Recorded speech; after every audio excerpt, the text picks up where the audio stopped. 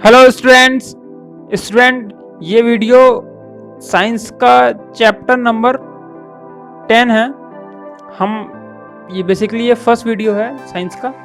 हम चैप्टर 10 से स्टार्ट कर रहे हैं। कुछ स्टूडेंट का कहना था कि सर फर्स्ट चैप्टर से हम स्टार्ट करेंगे साइंस को, बट देखिए आपका तो आपकी जो क्वार्टरली एग्ज़ाम है, जो त्रैमासिक परीक्षा है, वो तो होनी नहीं है, वो असाइनमेंट के थ्रू हो रही हैं। और जो हाफ ईयरली एग्ज़ाम है, अर्धवार्षिक परीक्षा जो होती हैं, वो भी आपकी असाइनमेंट के थ्रू हो जाएंगी। तो देखिए हमको क्या करना है कि मेन एग्ज़ाम जो आपका आने होने वाला है, बेसिकली जो मैं एनुअल एग्ज़ाम की मैं बात करूँ तो मेन एग्ज़ाम हम उसके लिए टारगेट कर रहे हैं। तो हम उसमें जो उस एग्ज़ाम में जो इम्पोर्टेंट चैप्टर जितने भी, तो वो पहले हम कवर करेंगे, उसके बाद हम बाकी अदर चैप्टर्स पे आएंगे। हम छोड़ेंगे कुछ भी नहीं, लेकिन जो इम्पोर्टेंट चैप्टर है उनको हम पहले कवर करेंगे, देन आफ्टर फिर हम जो बकाया जो चैप्टर बचेंगे फिर उनको कवर करेंगे। तो चलिए स्टार्ट करते हैं एक्सरसाइज नंबर 10। बने रहिए वीडियो के साथ। हमारा जो इस चैप्टर का नाम है वो भी मैं आपको इंट्रोड्यूस करा दूं कि जो चैप्टर का नाम है, बस क्लास 10 का जो चैप्टर 10 है उसका नाम है रिफ्लेक्शन एंड रिफ्रैक्शन, मतलब परावर्तन। रिफ्लेक्शन का मतलब परावर्तन और अपवर्तन फ्रॉम प्लेन सरफेस, मतलब आप जो घरों में यूज करते हो प्लेन, मतलब मिरर, दर्पण जो होता है, वो उसी के थ्रू हम लोग यहाँ पर रिफ्लेक्शन और रिफ्रैक्शन यहाँ पर स्टडी करेंगे। तो चलिए हम लोग आगे बढ़ते हैं।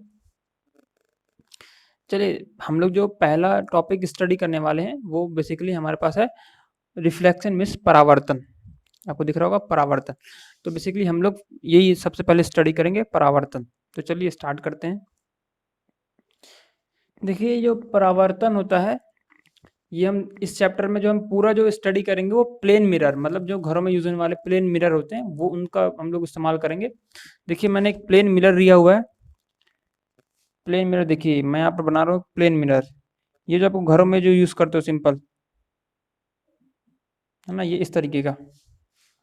ये कोई, मैं इसको कुछ नाम देता हूँ, ए बी कोई प्लेन मिरर है ना। ए बी है कोई प्लेन मिरर, मतलब ये समतल दर्पण है जो आप घरों में यूज करते हो देखने के लिए। तो वही ये दर्पण लिया मैंने। देखिए हमने क्या किया, यहाँ पे कोई पॉइंट ले लिया यहाँ पे, और हम क्या कर रहे हैं, इसके एक लंबवत रेखा खींचा है, ये इसके 90 पे, मतलब ये 90 अंश पे, और इसको हम बोल देते हैं स्टूडेंट, ये हम जानते हैं इसको अभिलंब। अभिलंब है ना, जो दर्पण के एक लंबवत रेखा होती है उसको हम बोलते हैं अभिलंब। ठीक है, अच्छा, तो इतना बोलते हैं। देखिए अब हम क्या करते हैं, एक प्रकाश किरण हमारे पास है, ये कोई एक प्रकाश किरण है, वो इस तरह से आ रही है, यहाँ पे टकराती है, उसके बाद ऐसे चली जाती है। ये आप देख सकते हो इस तरह से हमने इसको एरो बना दिया। ये कोई प्रकाश किरण है, यहाँ से आती है इस प्रकार, इस प्रकार चली जाती है। अच्छा भैया, ठीक है, ये कोई प्रकाश किरण आई, यहाँ पर मैं इसको कुछ नाम देता हूँ ए, और यहाँ पर मैं इसको बोलता हूँ ओ, और यहाँ पर ये बी। ये ए वो, मतलब कि इसको नाम देना चाहे तो हम बोल सकते हैं ये ओ, मतलब कि ए ओ कोई ये किरण, ये क्या हो रही है, ए ओ किरण हमारे पास ये आपतित किरण है, कि इस पे दर्पण पे आ रही है, तो इसको आप क्या बोलोगे, आपतित किरण। तो इसको नाम देते हैं, आप क्या बोलोगे इसको, आपतित किरण। इसको आप बोलते हो आपतित किरण। ओके, देखिए, और ये किरण क्या है, ये किरण जा रही है दर्पण से टकरा के, तो इसको आप क्या बोल दोगे, ये क्या हो रही है, रिफ्लेक्ट हो रही है, मतलब परावर्तित हो रही है, तो इसको क्या बोल दोगे आप, परावर्तित किरण। इसको क्या बोलोगे, परावर्तित किरण। ये देखिए इस तरीके से आप इनको नाम दे सकते हो। ये किरण आपतित किरण है ना, और ये परावर्तित किरण है, क्योंकि ये किरण आ रही है और ये ओ बी किरण जा रही है, तो इसको आपने बोल दिया परावर्तित किरण, और ये किरण आ रही थी तो उसको बोल दिया आपने आपतित किरण। अब आप देखिए, थोड़ा ध्यान दीजिए, अगर आप क्या करो कि अगर आप इसको मिलाते हो, देखिए ये इसको आप अभिलंब से मिलाते हो, ये आपतित आपतित किरण और अभिलंब को अगर आप मिलाते हो इस तरीके से, तो जो कोण बनता है यहाँ पे थीटा, इसको आप क्या बोलते हो, ये जो आपतित किरण और अभिलंब, याद रखिए मैं बोल रहा हूं, ये थीटा कौन सा है, कौन है, आपतित किरण, जो किरण आ रही है और अभिलंब के बीच बनने वाला कोण, उसको आप बोलते हो, क्योंकि आपतित किरण और ये अभिलंब के बीच बनने वाला कोण है तो उसको क्या बोलोगे? आपतन कोण। तो इसको क्या बोलोगे आप? आपतन कोण, क्योंकि ये किसके बीच बन रहा है? आपतित किरण और अभिलंब के बीच बन रहा है। तो थीटा यहाँ पे क्या हो जाएगा स्टूडेंट? यहाँ पे हो जाएगा आपतित आपतन कोण। यहाँ पर थीटा हो जाएगा बेसिकली, वो हो जाएगा आपतन कोण। अच्छा है ना, ये थीटा हो गया हमारे पास आपतन कोण। चलिए ओके स्टूडेंट, देखिए अब हम क्या करते हैं, इसके और इसके बीच का एंगल देखते हैं। चलिए मैं इसको थीटा 1 बोल देता हूँ, है ना। ये कुछ हो गया हमारे पास थीटा 1, क्योंकि हमारे पास दो कोण है तो एक को हम बोल देंगे थीटा 1, दूसरे को हम बोल देंगे थीटा 2। ठीक है, तो देखिए इसको मैंने बोल दिया थीटा 1। अब देखिए ये कौन सी किरण है? ये परावर्तित किरण है, और ये क्या है? अभिलंब। तो देखिए स्टूडेंट, अगर आप अभिलंब और परावर्तित किरण के बीच अगर कोई कोण देखते हो तो इस कोण को आप क्या बोल दोगे? थीटा 2। और इसको किस नाम से जानोगे आप?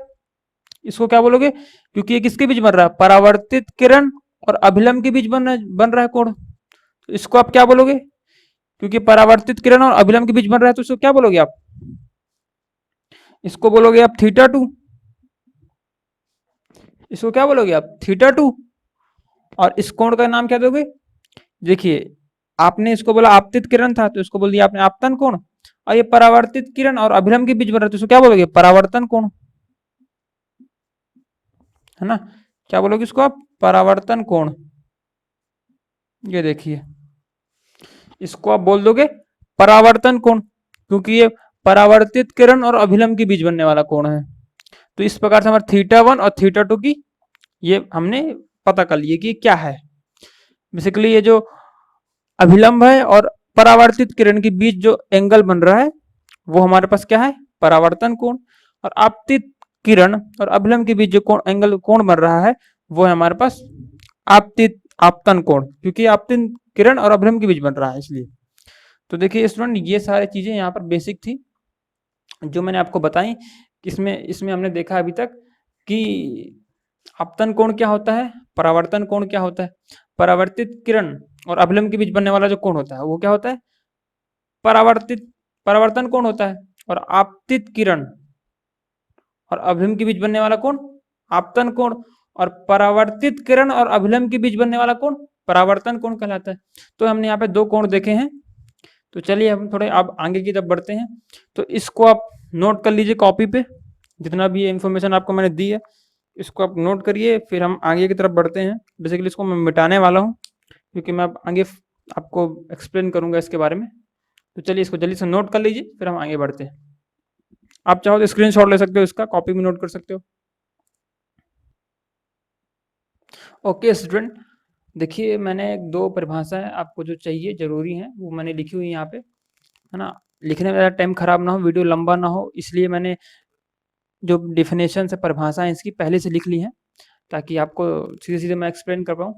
आपको क्या करना होगा कि वीडियो को देख अगर आप वीडियो देख रहे हो तो वीडियो को पॉज कर लीजिए, है ना। वीडियो को क्या है आप पॉज कर लीजिए, फिर आप क्या करिए कि इसके सब नोट कर लीजिए, फिर आप वीडियो को पॉज करके, है ना। तो मैं अभी आप देख सकते हो। अच्छा देखिए मैं आपको थोड़ा एक्सप्लेन करता हूँ मैंने क्या लिखा है यहाँ पे। देखिए पहले मैंने डिफिनेशन लिखी है, ये है मेरे पास आपतन कोण। देखिए आपतन कोण क्या होते हैं? आपतित किरण और अभिलंब के बीच बनने वाले कोण। एक बार मैं आपको फिर से पढ़ देता हूँ कि आपतित किरण और अभिलंब के बीच बनने वाले कोण को आप आपतन कोण बोलते हो। आप समझ रहे होंगे मैं क्या बोल रहा हूँ, है ना। आप देख सकते हो इसमें बेसिकली क्या बोल रहा हूँ मैं कि जो आपतित किरण है, ये जो किरण आपतित हो रही है, इससे मैंने एक छोटा सा डायग्राम यहाँ पे बनाया हुआ है, समझ लीजिए। देखिए मैंने यहाँ बनाया हुआ है आपतित, ये आपतित किरण और अभिलंब, ये रहा अभिलंब, इसके बीच बनने वाले कोण को हम बोलते हैं आपतन कोण। बेसिकली हम पहले वीडियो में मैंने उसे थीटा 1 और थीटा 2 बोल दिया था, लेकिन बेसिकली देखिए ये जब कि प्रकाश किरण इसमें आपतित होती है इसको बोलते हैं इंसिडेंट रे, मतलब वो इंसिडेंस हो रही है इस पे, तो उसको हम आई से शो करते हैं। बुक्स वगैरह में आपको दिखेगा आई लिखा होगा वहाँ पे, तो इसको हम आई से शो करते हैं, इसलिए हम भी आई बोल देते हैं, है ना। तो इसको हम क्या बोलेंगे? आपतन कोण, है ना, क्योंकि इसे हम जनरली आई से शो करते हैं, इसको बोलते हैं हम आपतन कोण। चलिए देखिए दूसरा मेरे पास एक परिभाषा है परावर्तन कोण। परावर्तन कोण क्या होता है? परावर्तित किरण, ये किरण परिवर्तित वाली किरण है, परावर्तित किरण और अभिलंब के बीच बनने वाले कोण को परावर्तन कोण कहते हैं। मतलब परावर्तित किरण और अभिलंब, ये देख रहे हो, अभिलंब के बीच बनने वाले कोण को आप क्या बोलते हो, है ना, परावर्तन कोण कहते हो। क्या बोलते हो उसे, परावर्तन कोण कहते हो। तो देखिए यहाँ पर आप क्या बोलोगे इसको, ये आपके पास परावर्तित किरण है और ये अभिलंब, तो इसको आप जब मिलाओगे इसे इसे जो बुक में जो शो करता है वो एंगल ऑफ, उसे ई से शो कर देता है या फिर आर लिखता है जनरली, तो इसे भी आप आर लिख दीजिए, एंगल ऑफ रिफ्लेक्शन। ये सब रिफ्लेक्शन से तो इसे हम आर से शो कर देते हैं, इसे आई से। तो ये आई और आर जो है आप समझ गए होंगे क्या होता है।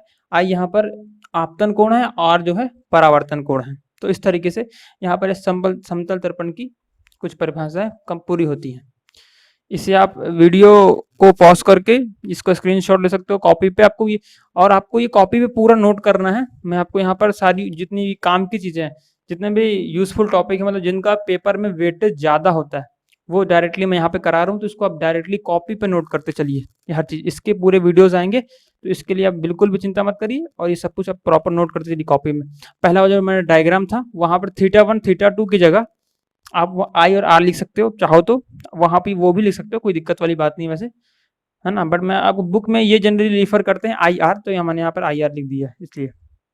तो देखिए ये मैंने दो परिभाषाएं थी सिंपल सी, वो मैं आपको बता दी है। इसके बाद हम नेक्स्ट परिभाषा इसमें देखते हैं। तो चलिए स्टार्ट करते हैं। ओके स्टूडेंट, देखिए मैंने यहाँ पे एक नया जो हमारे पास एक नियम है, टॉपिक है, वो मैंने लिया हुआ है यहाँ पे। बेसिकली है हमारे पास प्रकाश का परावर्तन के नियम। बेसिकली हमारे पास टॉपिक है परावर्तन के नियम। देखिए इसमें नियम क्या क्या होते हैं परावर्तन के, वो हम थोड़ी स्टडी करते हैं इसके बारे में।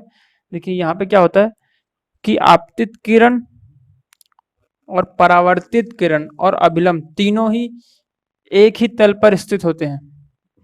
देखिए इसका मतलब क्या है कि आपतित किरण, परावर्तित किरण और अभिलंब तीनों एक ही तल पे स्थित होते हैं। इसका मतलब क्या है, देखिए तल का मतलब होता है एक प्लेन, है ना, एक प्लेन। बेसिकली आप इसमें देख सकते हो कि ये तीनों, ये देखिए ये आपतित किरण है, ये परावर्तित किरण है और ये अभिलंब, ये तीनों बोर्ड के प्लेन पे है ना, इस तरह से आ रही है और जा रही है, तो ये एक ही प्लेन पे हमेशा होते हैं। आपको चीज समझनी है कि ये तीनों कैसे होते हैं, एक ही प्लेन पे, है ना।